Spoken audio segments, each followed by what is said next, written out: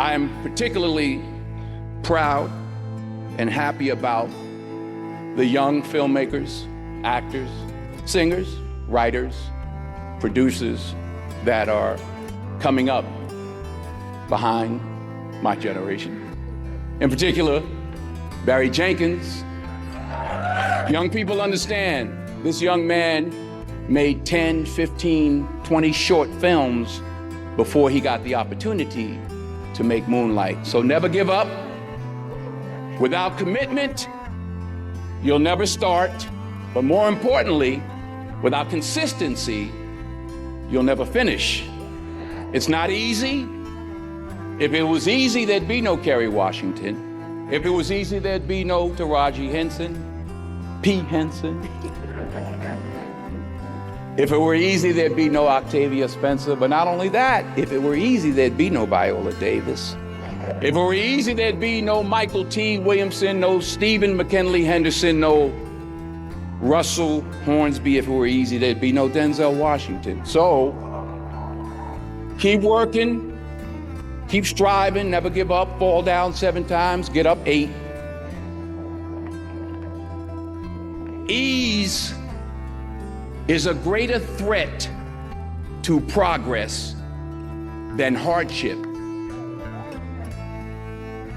Ease is a greater threat to progress than hardship. So keep moving, keep growing, keep learning.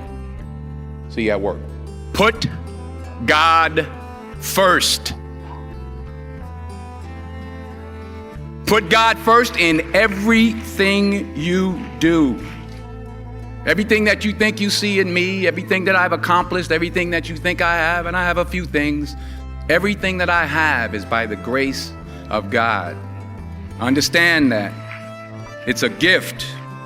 40 years ago, March 27th, 1975, it was 40 years ago, just this past March, I was flunking out of college.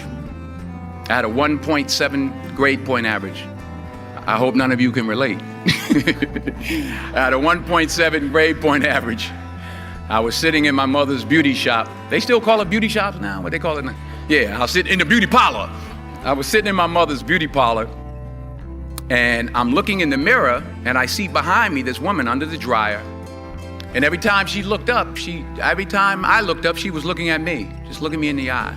I didn't know who she was, and I said, she said, somebody give me a pen, give me a pencil, I have a prophecy. March 27, 1975, she said, boy, you are gonna travel the world and speak to millions of people. Now mind you, I was flunked out of college. I'm thinking about joining the army. I didn't know what I was gonna do, and she's telling me I'm gonna travel the world and speak to millions of people.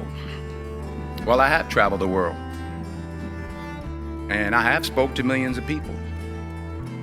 But that's not the most important thing, the success that I had. The most important thing is that what she taught me and what she told me that day has stayed with me since. I've been protected, I've been directed, I've been corrected. I've kept God in my life, and it's kept me humble. I didn't always stick with him, but he always stuck with me. So stick with him in everything you do. If you think you want to do what you think I've done, then do what I've done. Fail big. That's right. Fail big. Today is the beginning of the rest of your life, and it can be very frightening. It's a new world out there. It's a mean world out there, and you only live once. So do what you feel passionate about. Take chances professionally. Don't be afraid to fail. There's an old IQ test, was 9 dots, and you had to draw 5 lines with a pencil within these 9 dots without lifting the pencil. The only way to do it was to go outside the box. So don't be afraid to go outside the box.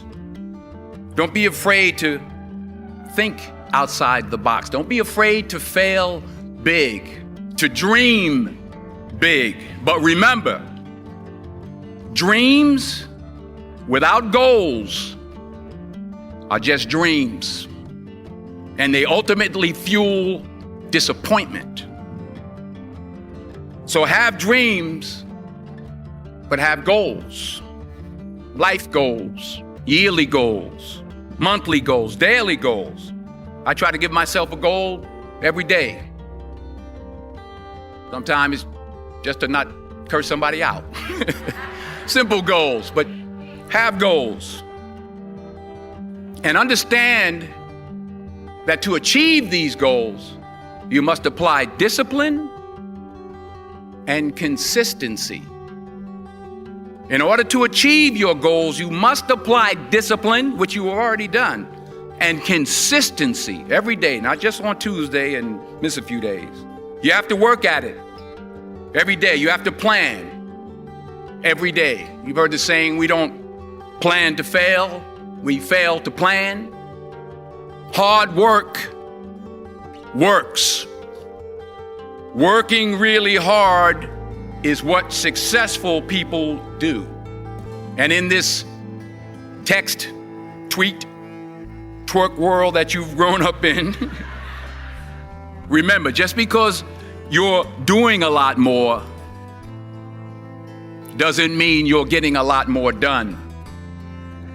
Remember that. Just because you're doing a lot more doesn't mean you're getting a lot more done. Don't confuse movement with progress.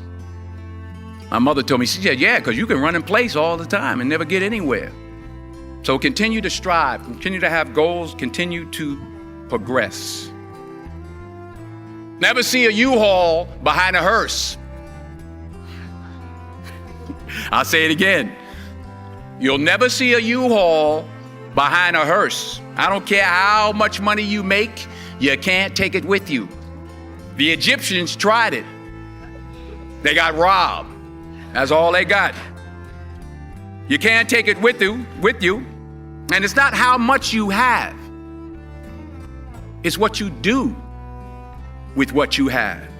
We all have different talents. Some of you will be doctors, some lawyers, some scientists, some educators, some nurses, some teachers. Yeah, okay. Some preachers. The most selfish thing you can do in this world is help someone else. Why is it selfish? Because the gratification, the goodness that comes to you, the good feeling that I get from helping others, nothing's better than that. Well, one or two things, but nothing's better than that. Not jewelry, not big house I have, not the cars, but it's the joy. That's where the joy is, in helping others. That's where the success is, in helping others. Finally,